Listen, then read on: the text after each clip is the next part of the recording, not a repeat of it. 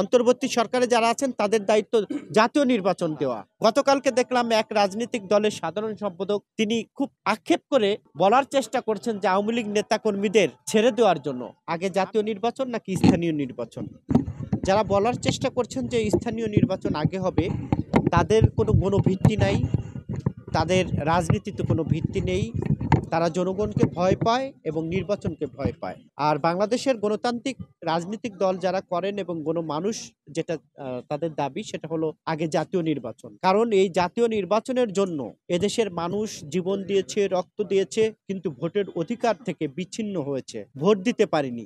যে সকল রাজনৈতিক দল বলার চেষ্টা করছেন যে আগে স্থানীয় নির্বাচন, এই সকল রাজনৈতিক দল জাতীয় নির্বাচন যখন হবে তখন গণরসে তাদের রাজনৈতিক বাজার থেকে তারা হারিয়ে যাবেন সেই ভয়ে, এবং তারা নানান রকম ষড়যন্ত্র করছেন জাতীয় নির্বাচন নিয়ে, যাতে জাতীয় নির্বাচনটা কালক্ষেপণ হয়, যাতে তারা রাজনৈতিক বাজারে তাদের দাম বাড়ে। বিএনপি গণমানুষের রাজনৈতিক দল।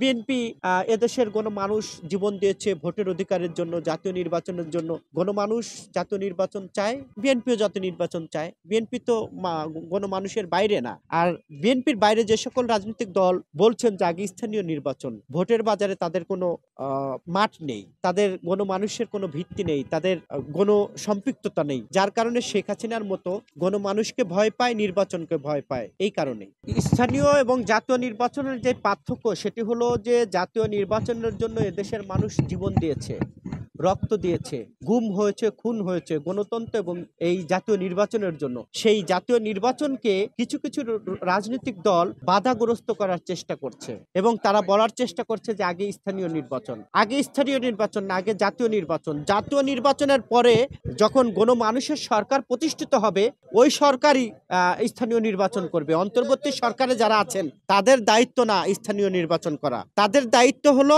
অন্তর্বর্তী সরকারে যারা আছেন তাদের দায়িত্ব জাতীয় নির্বাচন দেওয়া। কারণ সকল কাজ অন্তর্বর্তী সরকার করতে পারবেন না এবং অন্তর্বর্তী সরকারকে দায়িত্ব দেওয়া হয় নাই। অন্তর্বর্তী সরকার একটি খুব সীমিত সময়ের জন্য, সেই সীমিত সময়ের জন্য তিনি নির্বাচন কমিশন ঠিক করবেন, ভোটার তালিকা ঠিক করে জাতীয় নির্বাচন দিয়ে সে সসম্মানে চলে যাবেন। এটাই মানুষের প্রত্যাশা। গতকালকে বিএনপির ভাইস চেয়ারম্যান যে বক্তব্য দিয়েছেন, এটা তিনি তার ব্যক্তিগত বক্তব্য দিয়েছেন। আমি যেটা বলার চেষ্টা করছি যে স্থানীয় এবং জাতীয় নির্বাচন নিয়ে রাজনীতিবিদদের মধ্যে যে সংকট তৈরি হয়েছে, গত 17 বছরের যেই ঐক্য ছিল সেই ঐক্যের বিভেদের সুর পাওয়া যাচ্ছে। আমি গতকালকেও বলেছি, আজও বলছি, যারা বলার চেষ্টা করছেন যে এটা টেস্ট ম্যাচ হিসাবে দেখা যাক, কিন্তু তাদের কাছে প্রশ্ন, আপনাদের কি ইউনিয়ন পর্যায়ে কোনো সংগঠন আছে?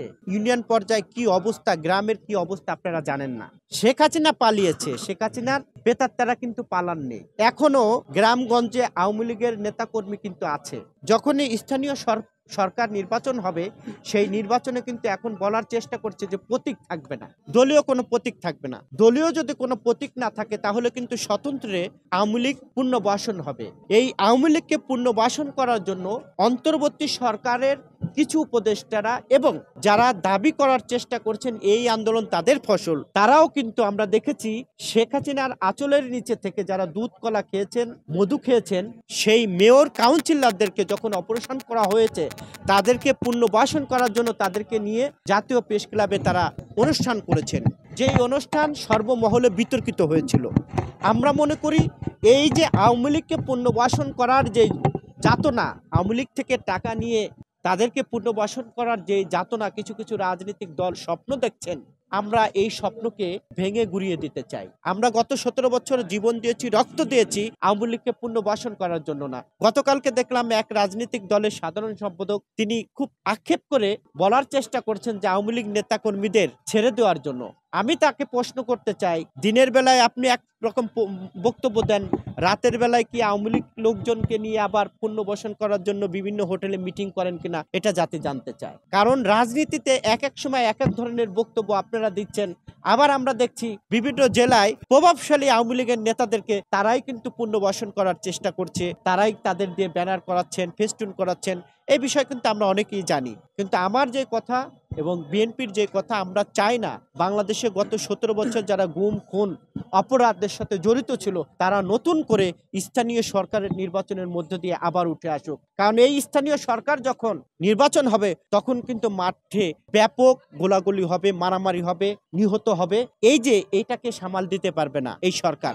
ইতিমধ্যে আমরা যেটা মনে করি যে যারা স্থানীয় সরকার এবং জাতীয় সরকার নিয়ে যেই বিভেদটা তৈরি হয়েছে, এক পক্ষ বলছেন যে স্থানীয় সরকার আগে, তাদের উদ্দেশ্যে আমি যেটা বলার চেষ্টা করছি যে তাদের যেহেতু মানুষের কোনো ভিত্তি নাই, তাদের কোনো ভোট নেই, তারা চেষ্টা করছে গত 17 বছরে আওয়ামী লীগের সঙ্গে যারা থেকে কাউন্সিলর, মেয়র বা ইউপি চেয়ারম্যান যারা হয়েছিলেন তাদের থেকে তারা মোটা অঙ্কের টাকা পয়সা নিয়ে গ্রামগঞ্জে তাদের দলে পুনর্বাসন করার চেষ্টা করছে।